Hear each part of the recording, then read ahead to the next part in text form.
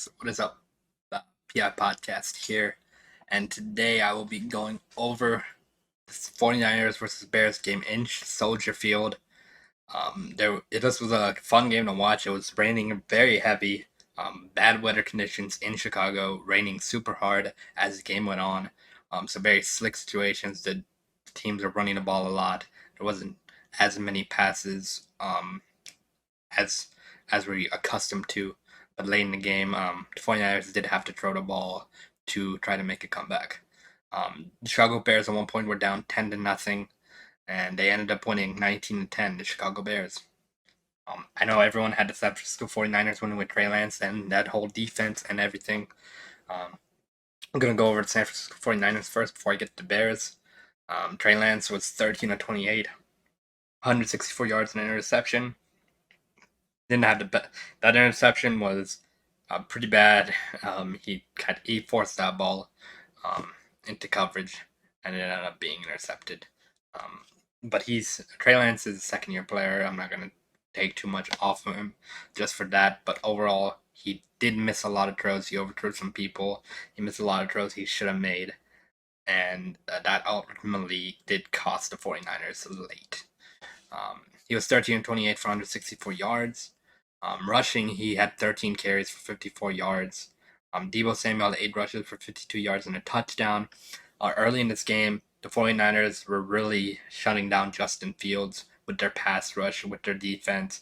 They weren't letting Chicago get anything done on offense. And the 49ers kind of looked like they were going to dominate the whole game.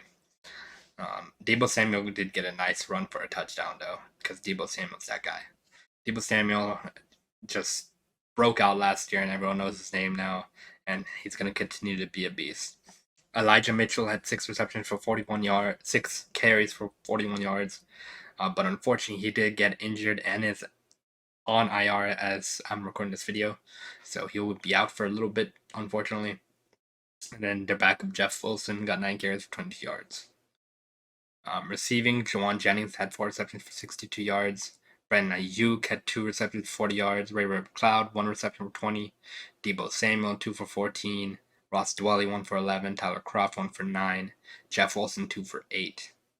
Deebo Samuel did have a costly fumble early in the game that the Bears kind of really didn't do anything with. They really didn't do anything with because the 49ers defense was shutting them down. And then because the ensuing drive, Justin Fields threw a horrible interception, which led to nothing. I'm looking at the fumble there and interception. Those drives went back to back.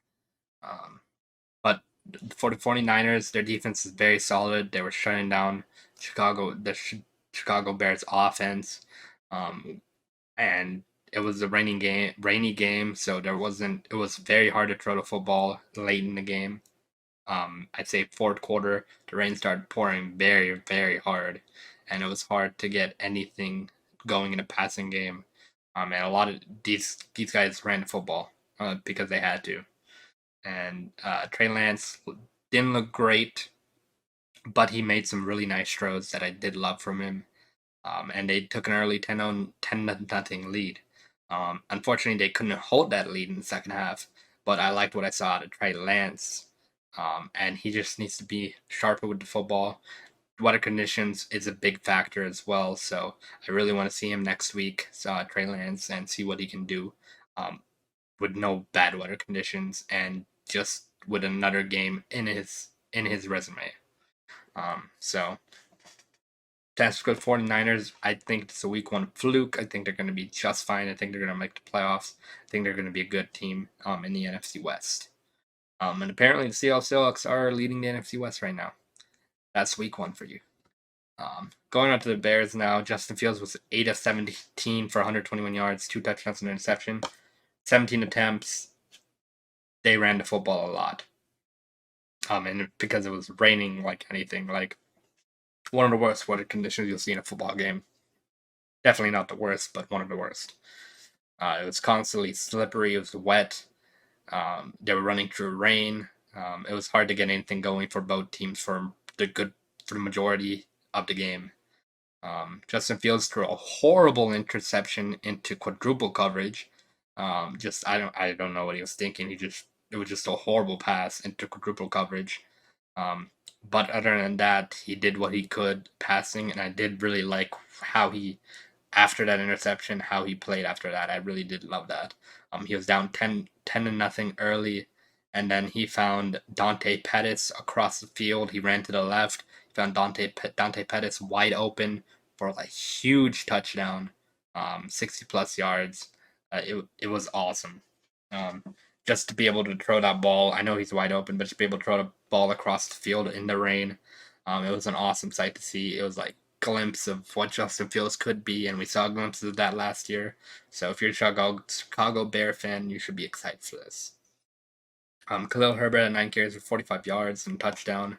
I liked how Khalil Herbert played.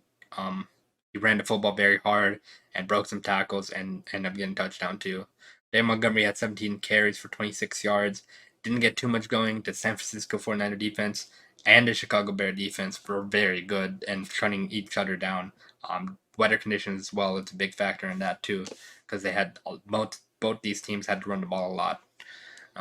And the Bears defense also looked very nice. Their pass rush was getting to Trey Lance, forcing Trey Lance out of the pocket and making him throw some errant throws. And then their secondary was playing nice. And then their linebackers also with Roquan Smith. Roquan Smith had a nice game. Receiving, Dante Pettis had 1 reception for 51 yards and a touchdown. That's the touchdown I was talking about. Dan Montgomery had 3 receptions, 24 yards. Pringle, 1 reception, 22 yards. Quantum St. Brown, 1 reception for 18 yards and a touchdown. Justin Fields threw a beauty in the red zone to Quantum St. Brown for a touchdown to put him up 19 to 10. And the Bears didn't look back after that because their defense put pressure on Trey Lance and they couldn't get anything going to try to come back. For the defense, Jalen Johnson forced a fumble. Eddie Jackson got an interception on Trey Lance that I was talking about earlier. Roquan Smith had 7 tackles. Jalen Johnson had 3. Eddie Jackson had 2. For the most part, it was a very defensive game because of the weather conditions.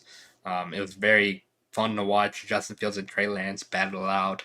Trey Lance got an early head start as winning 10 to nothing, and then Justin Fields came back with his team and really set the momentum for the rest of the game. And as the rain got harder, the Bears got up higher and got up 19 to 10. And it was just super hard for Trey Lance and the 49ers to do anything once that rain really poured down on them.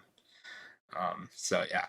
I want to thank you guys for watching. I think the Bears, I don't know how they're going to be yet. I'm not certain on them. 49ers, I think they can be good, and I think they can be really good. Trey Lance just needs to play well, and that's all I'm hoping for. And they're going to be a scary team. The 49ers are. Trey Lance can play well. I love Justin Fields. I've said it before. I think he's the best quarterback of that draft class, and he continues to prove it.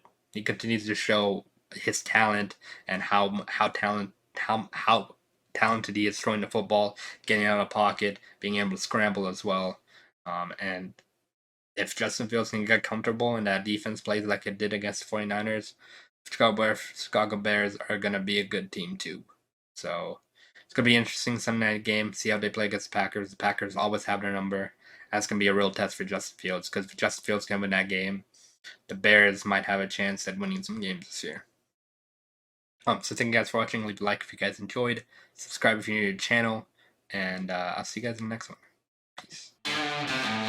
Thank you for watching the PI Podcast. Make sure you subscribe and tune in next time so you don't miss the latest news in the NFL world. You can also follow us on TikTok at PI Podcast and on Twitter at PIPodcasters. Until next time.